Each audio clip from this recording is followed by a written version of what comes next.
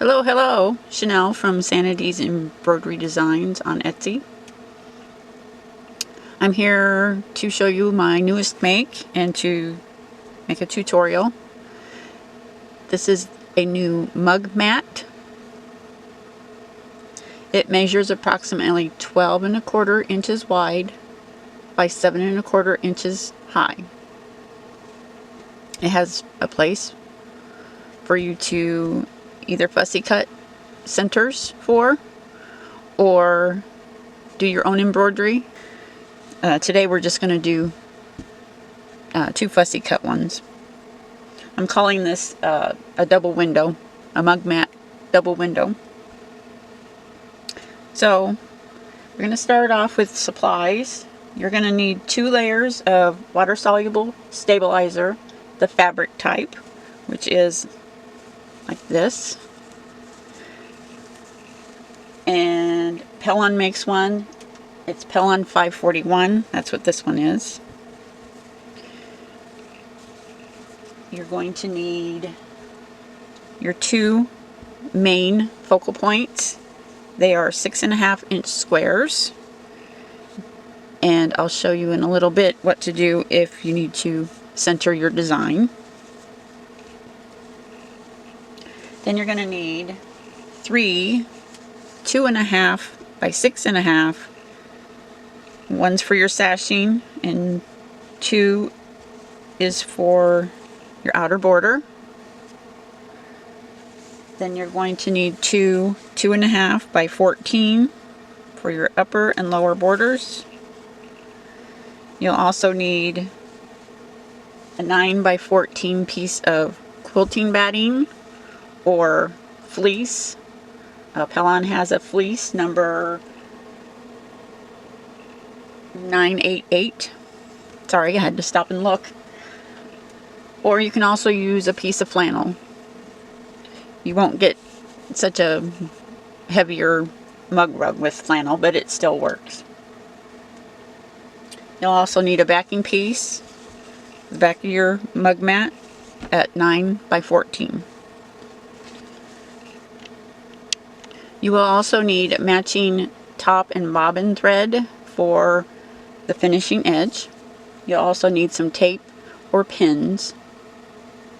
If you don't want to use your colored thread at the first, throughout the whole thing until the end, just put on a neutral thread. So you would need a neutral thread and bobbin too.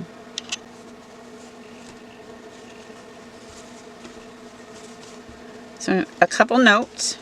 After you have cut your focal points, this is if you're going to fussy cut something, or if you have previously embroidered something, you'll need to get it centered.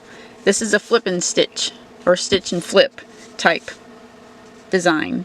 So because we're cutting our fabric bigger than what we need, we want it to, when we flip it, we want it to land up in the center of the window and not off-centered. So I'll show you how we're going to do that.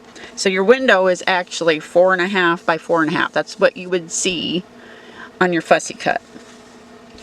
So this one, hopefully you can see, I drew a white line with an erasable white ceramic pen, or you could use chalk. At 4½ by 4½, centered my chicken, a cute little Christmas chicken.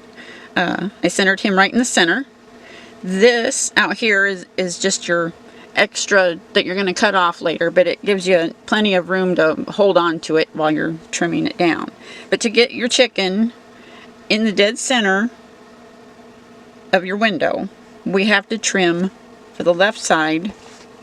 For this left one, we have to trim down our left side here, and on our right side we'll have to trim down our left side here.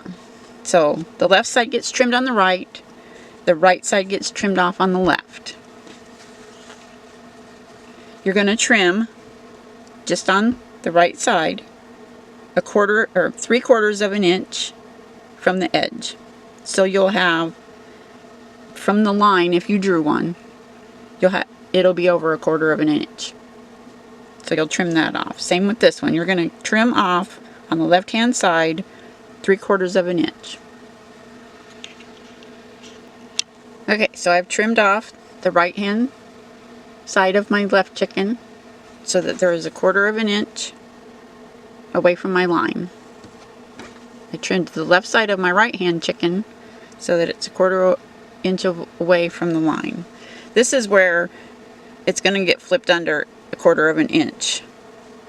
This is the pen that I like to use to mark my fabrics. It's called Sew Line. I use the white. If you're wanting to purchase one of these pens, contact me and I will contact my wholesaler and get some in my shop. So you're going to hoop your 2 layers of water-soluble fabric-like stabilizer. I forgot to mention, if you want, you can also get water-soluble topping for the top of the batting or your fleece. I won't be using it, but you could use it, because sometimes your scissors, if you've got really pointy scissors, when you're trimming, will get caught in your batting. And the topping, it's the clear one, just helps your scissors slide across there and not get caught up in there. Also, I will note that I will not be using water soluble in my hoop today, because I make so many of these that I've made so many of these for testing that it's just more economical for me to use tearaway stabilizer, because they'll just be my mats. They aren't going to be sold. So the reason why I'm using what you would use water soluble is there is no quilting or anything on this. So if you washed this, that tearaway stabilizer, if it was in there, would end up tearing away and bunching up when you washed it, and then you'll just have a big lump and you wouldn't be able to get it out. So the water soluble, the only thing you'll have inside of here is your batting or your fleece or your flannel.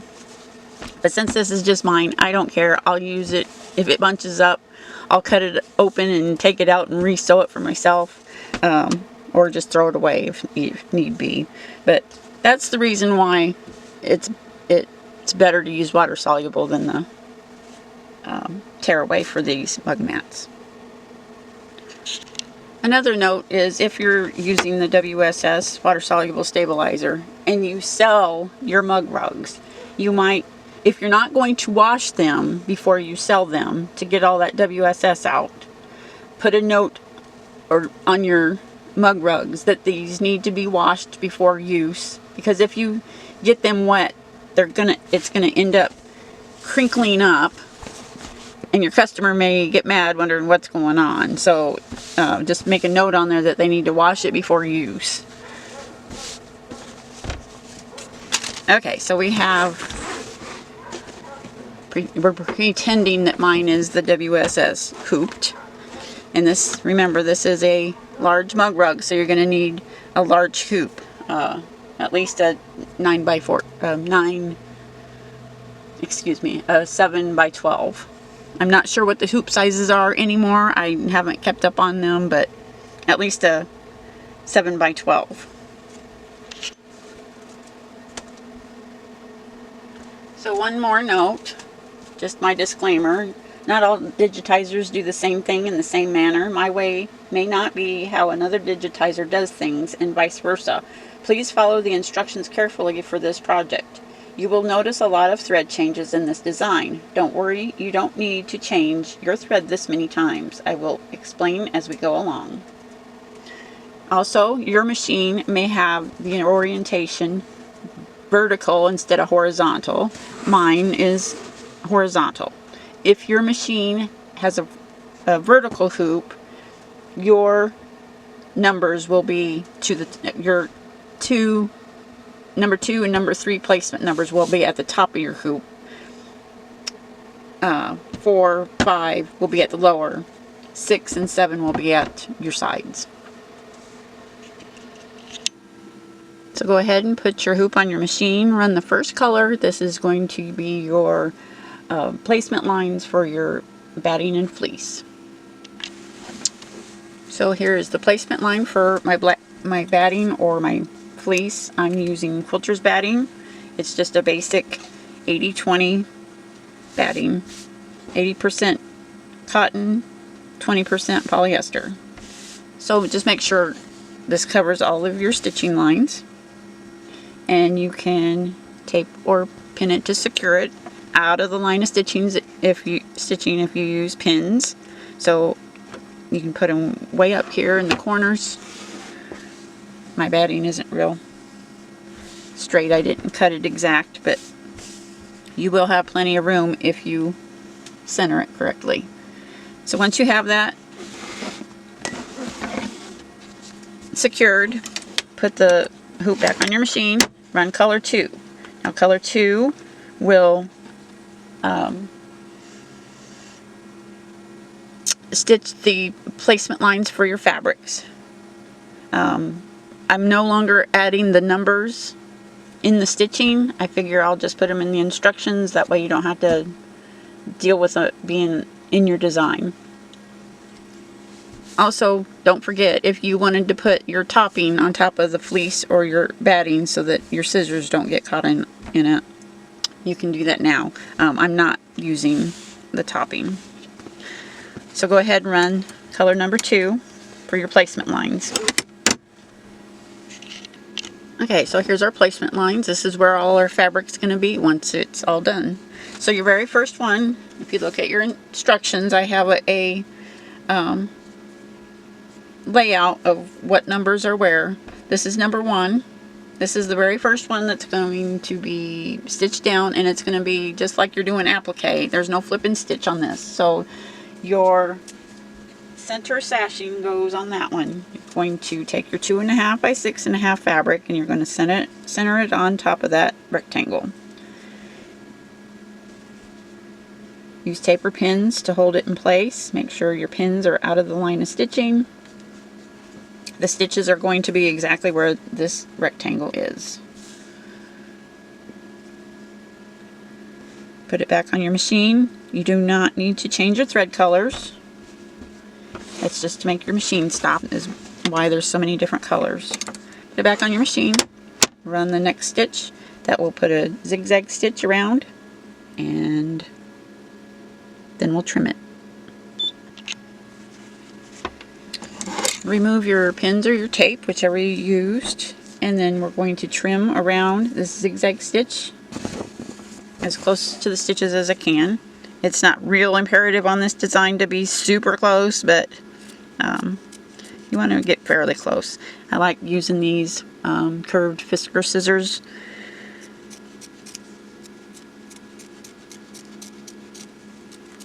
So we're just trimming this around.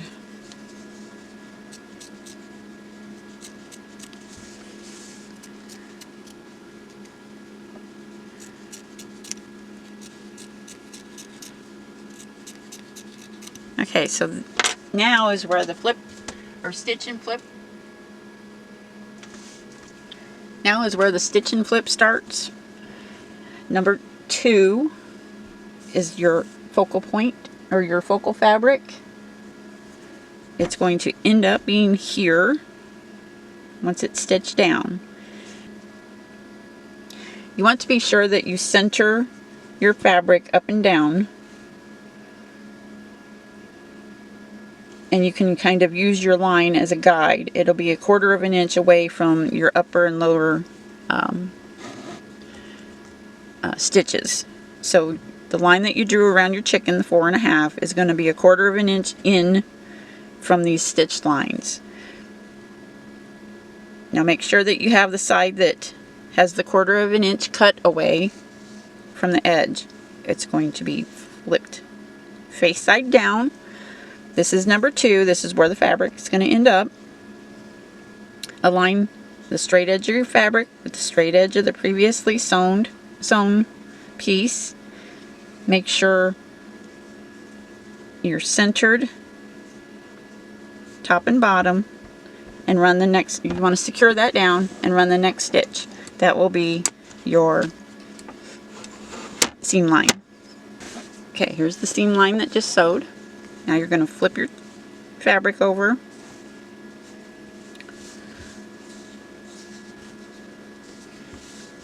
Secure it, finger press, secure it with taper pins out of the line of stitching, and run the next stitch, which is going to tack down your focal fabric with a zigzag.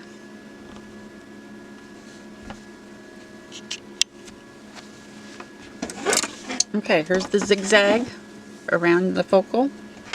Remove your taper pins, and again you're going to trim as close to the zigzag stitches as you can around the block.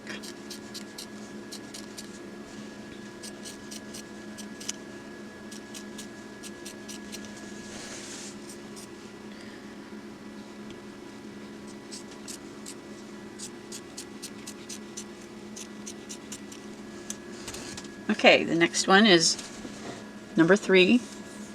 So you're going to get another 2.5 by 6.5 piece of border fabric. Lay it right side down on top of your previously stitched down piece with your straight edges aligned. Center it up and down. Tape and pin to secure. Run the next stitch, which is the seam line.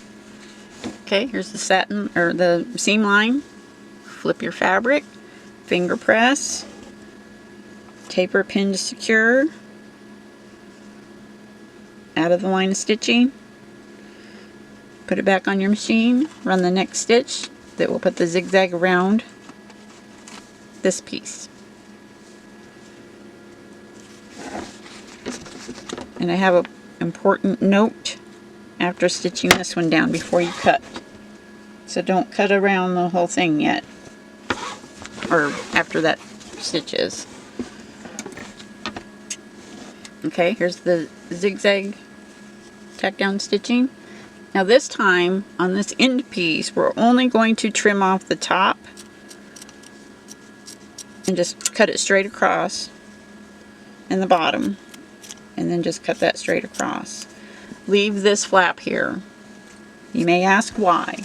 Well, sometimes in past experiences, if you trim that and you continue on with the rest of the design, your fabric ends up pulling in with all the stitches that get done, which could, if you didn't have this here, this would start pulling out of the stitches, and then you're left with fraying edges. So if you just leave that there until the end, that will help tremendously.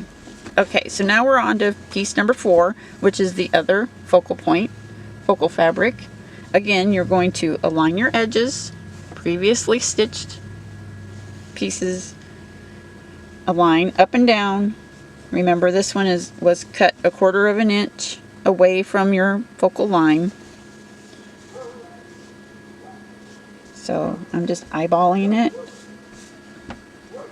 Run the next stitch, which will be the seam line. Okay, here's the seam line. Flip it, finger press it, taper pin it, run the next.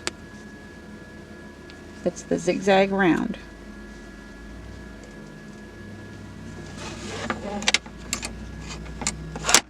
You can probably see a pattern here. Remove your hoop, remove your taper pins, trim as close to the stitches as you can. This one you can go all the way around.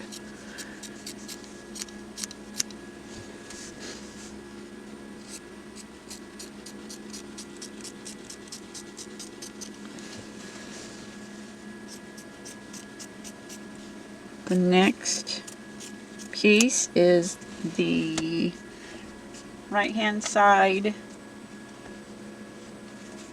border. Use your 2.5 by 6.5 inch piece. Center it up and down. Edges, raw edges aligned, right side down on top of your focal. Run the next stitch, which is your seam line. Seam line, flip it, finger press it, secure it, run the next stitch, which is the zigzag around.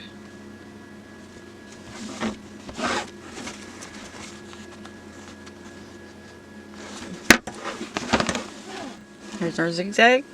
Remove your taper pins, and again, this is the end of your mug mat, so we're just going to trim the top and the bottom of this so that this is going to stay intact for right now. So number 6 is the top, and remember, if your orientation is vertical, this is how your mug rug is going to look. So your next one, vertical, would be your right hand side, or horizontal, it's going to be the top one. So you take your 2.5 by 14, center it left to right, or up and down, whichever way. Align your raw edges. Run the next, or tape or pin it. Run the next stitch, which is the top seam line. Seam line, flip it, secure it, stitch it. And then once this one is stitched, you won't trim anything because it's the outside of the mug rug. So we'll leave it intact for right now. I like to secure mine, because this is such a long piece, I like to secure mine up at the middle also. Run the next stitch, which is the zigzag. So here's the tack down, and again, we aren't trimming anything on this side because this is the outside of the block and we don't want it to pull out and cause issues. So lastly, number 7 is at the bottom. Take your last border fabric, center it right side down on top of your previous stitch. Align your raw edges. Run the next stitch for your seam line.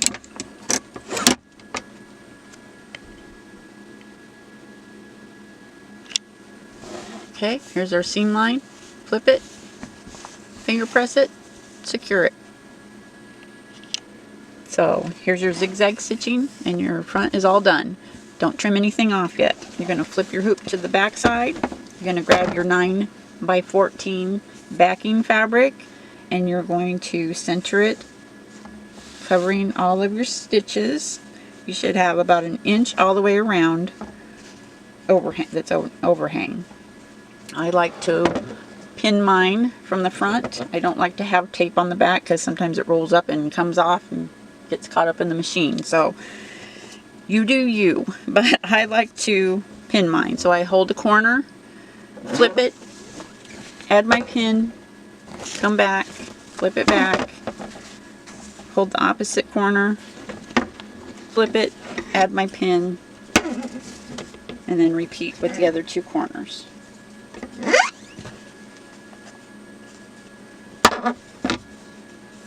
Once you have your back tacked on, your backing tacked on, you're going to notice we have these little flaps. Now these can be dangerous on your machine.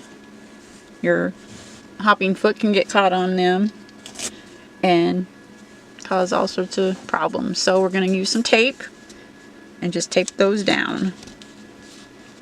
You can get fairly close to your stitches here because you're not going to do a satin stitch yet. So your tape isn't even going to get caught up in that.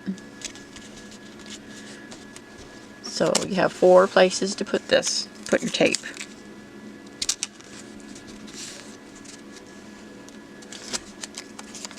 Then, now you can run the next color without changing your thread color.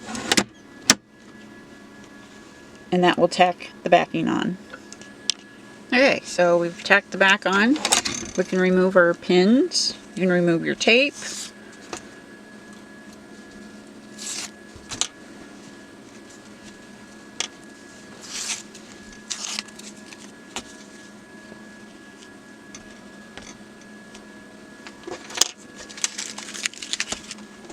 This is what your back will look like.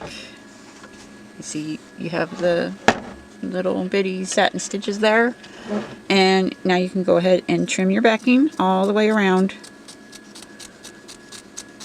Get pretty close to those satin stitches, zigzag stitches,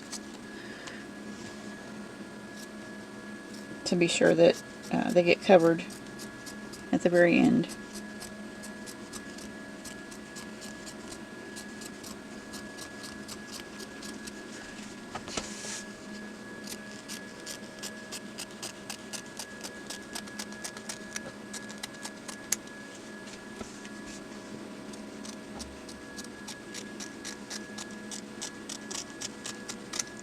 Flip your hoop back to the front side,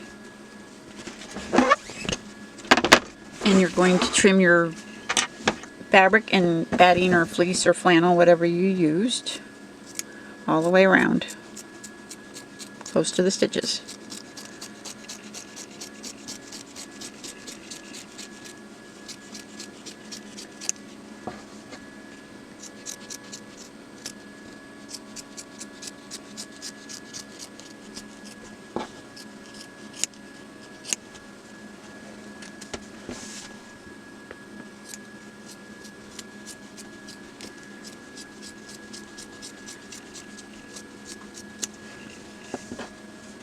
Again, you want to get fairly close here because we don't want anything sticking out.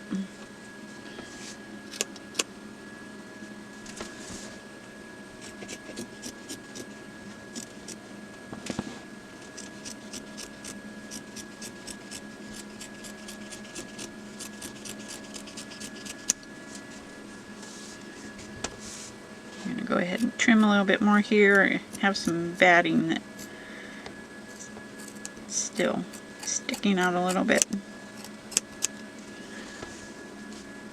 A couple small spots here that might not get caught. Okay, so we're all trimmed up front and back. Now is when you want to change your thread color to whatever you want the satin color or satin edge to be in both your top thread and your bobbin thread. And go ahead and run the last stitch. Last color. Okay, the satin stitch is done. Now you can remove it from your water-soluble stabilizer. Remember, I didn't do mine in water-soluble, but if you did, and hopefully you did, you'll just want to cut around it really close to the edge. You don't have to get super close, but I would say within 1/4 of an inch around. And then just use a damp Q-tip or a damp cotton ball and run it along the edge to dissolve anything that's sticking out. And then don't forget that if you're gifting this or you're selling them, to put a note on it that they need to be washed before use. Otherwise, like I said, if it gets wet, it's going to shrivel this up and it's going to look terrible, and people will be wondering what's going on. So anyway, there's that. And I just want to apologize for my rustiness in making videos. It's been a while, and I tend to forget things, so I may have forgotten something. If you have any questions, you can always email me at sanitiescraftsdesigns@gmail.com. I also have 3 Etsy shops if you're interested. One of them is sanitiesboutique.etsy.com. And the other one is sanitiesboutique, the number 2, at Etsy, or .etsy.com. One of them is, I also make handbags and purse accessories and just all sorts of stuff. And I also sell supplies for some of those things. One of my favorite pattern designers is by Annie, and I do sell some of her hardware. And my boutique 2 is where I mostly sell quilts. I do a lot of quilting. If you need a quilt top quilted, or if you have a request for a quilt, you can contact me. You can always contact me again through those 2 emails. Sanity's Crafts is probably the easiest one to get me through. That's SANITYSCRAFTS@gmail.com. Thank you so much for watching.